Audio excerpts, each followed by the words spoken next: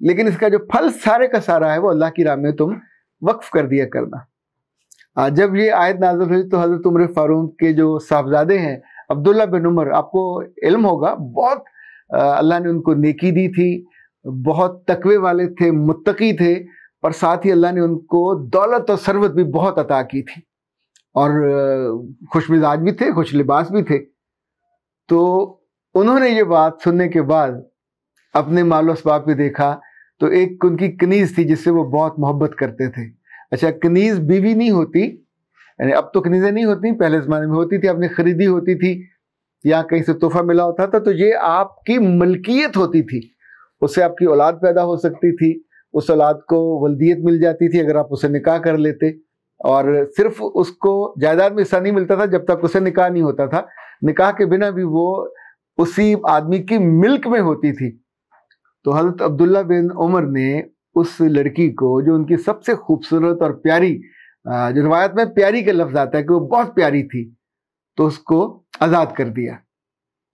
اور ذرا دل پہ وہ آیا ہوگا نا جب بوجھ، پھر بعد میں وہ کبھی کبھی کہا کرتے تھے کہ اللہ کی راہ میں میں نے اس کو آزاد تو کر دیا، اگر اللہ کی راہ میں کسی چیز کو دے کے واپس لینے کی اجازت ہوتی تو میں اس لڑکی کو واپس لے لیتا۔ خاتون حضرات، رمضان میں آپ کو جب جب موقع ملے گا آپ تلاوت بھی کرو گے، آیات پڑھو گے بھی، بعض لوگ تو 2-3 دن کا بھی تکلف نہیں کرتے، ایسی ریڑ لگاتے ہیں آیتوں کی کہ نہ سمجھ آتی ہے نہ پڑھی جاتی ہے۔ صحابہ کے ساتھ تو یہ معاملہ نہیں تھا، وہ تو ایک ایک پہ ٹھہرتے تھے اور پھر اس پہ ظاہر عمل کرتے تھے۔ اب سوچیں نا، ایک آیت پہ ہی کتنے صحابہ اللہ کے پاس، اللہ کے رسول کے پاس آئے اور آ کے انہوں نے اپنی محبت کا اظہار کیا۔ انفیکٹ جب یہ بچیاں پوچھتی ہیں کہ ہم کتنا خرچ کریں، تو بے شک یہ 2000-3000 کو بہت بڑا ایشو نہیں ہے، پر میرے دل میں ہوتا ہے اور میں انہیں کہہ دیتا ہوں کہ بیٹا اس کو غریبوں میں بانٹنے کی بجائے سب سے پہلے دیکھو کہ تمہارے اپنے خاندان میں، ایون مجھے لگتا ہے کہ اگر آپ کی والدہ کے پاس کم ہے، اب ان کو دے سکتے ہیں، اپنی پھپھو کو، خالہ کو، بہن بھائیوں میں سے جس کو بھی لگتا ہے کہ اس کے پاس اثاثہ کم ہے، کپڑے کم ہیں، تو بڑی محبت سے چپ چاپ، نیت تو آپ کی ہے کیونکہ یہ زکوٰۃ نہیں ہے، صدقہ ہے، یہ اللہ کو خوش کرنے کے لیے اپنے محبت بھرے۔ اے ٹی ایم آپ کو اچھا لگتا ہے، اے ٹی ایم جہاں پہ یوز کرتے ہیں 2000 روپے نکال کے آپ کیش بھی اپنی بہن کو دے سکتے ہو، آپ اس کو سوٹ لے کے بھی دے سکتے ہو۔ سو اصل چیز جو مجھے لگتا ہے، جیسے اللہ نے یہ فرمایا تھا کہ تمہاری قربانیاں تو اللہ تک نہیں پہنچتی، تمہارا گوشت تو نہیں پہنچتا، وہ تو یہیں رہ جاتا، لوگ کھا پی لیتے ہیں، جو نیت ہے وہ اللہ تک جاتی ہے۔ سو یہ سوال پوچھنا اٹسیلف بڑی سعادت کی بات ہے، کیونکہ یہ انہی کو پوچھنا نصیب ہوتا ہے جن کا دل نرم ہوتا ہے، جن کا دل مومن ہوتا ہے، جن کا دل تقوی کے قریب جا رہا ہوتا ہے، اور وہ سوچتے ہیں کہ ہمیں ظاہر پیسے جمع کرنا کس کو برا لگتا ہے، خود کھانا کس کو برا لگتا ہے، اپنے پہ خرچ کرنا کس کو برا لگتا ہے، پر جب آپ اپنی ماں پہ خرچ کرتے ہو، جب اپنے باپ پہ خرچ کرتے ہو، ماں باپ کبھی راضی نہیں ہوتے، اپنی قربت کے درجے میں ڈال دیتا ہے،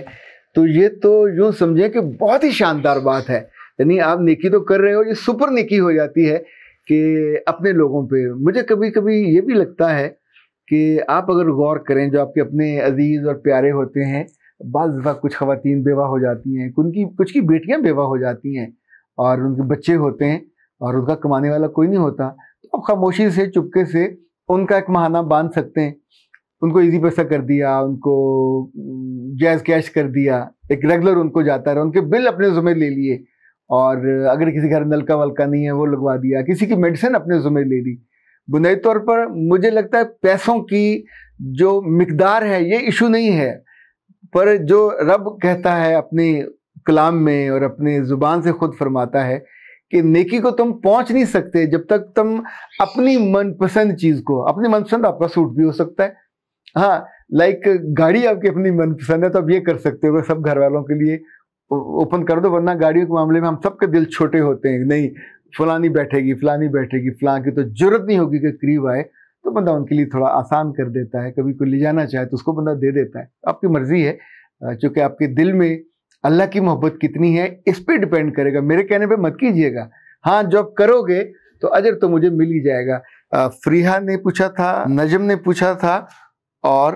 فخر الزمان، ان تینوں نے یہ سوال پوچھا تھا۔ آپ تینوں بہت سلامت رہو اور آپ کے دل کو رب میرا اپنی محبت کے لیے ایک بڑی خوبصورت جگہ بنا دے تاکہ آپ اپنی تنخواہ میں سے، اپنی ٹوٹل آمدنی میں سے، دیکھیں یہ تو منیمم ہے 10%، آپ اس سے زیادہ جتنا بھی نکالتے رہو گے یہ تو طے ہے۔